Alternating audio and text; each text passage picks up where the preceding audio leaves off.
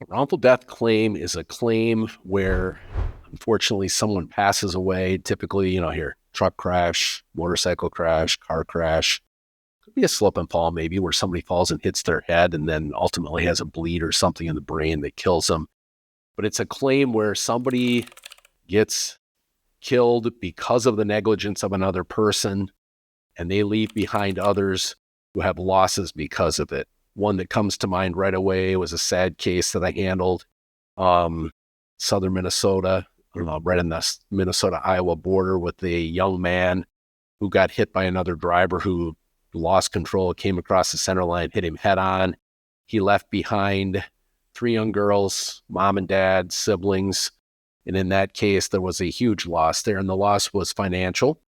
But the loss was more so for those young girls. It was they lost their dad. They didn't have dad there anymore when they graduated from high school, when they got married, when they had birthdays, at holidays, things like that. Likewise, this gentleman's folks were older, but they no longer had their son there for them when it came time for holidays and other things. He was also, they had a farm. He was very instrumental in doing the farm work. So they lost the person that they relied on to do a lot of things for them in life, as did the siblings. So, wrongful death cases are about and come about in, the loss of relationship.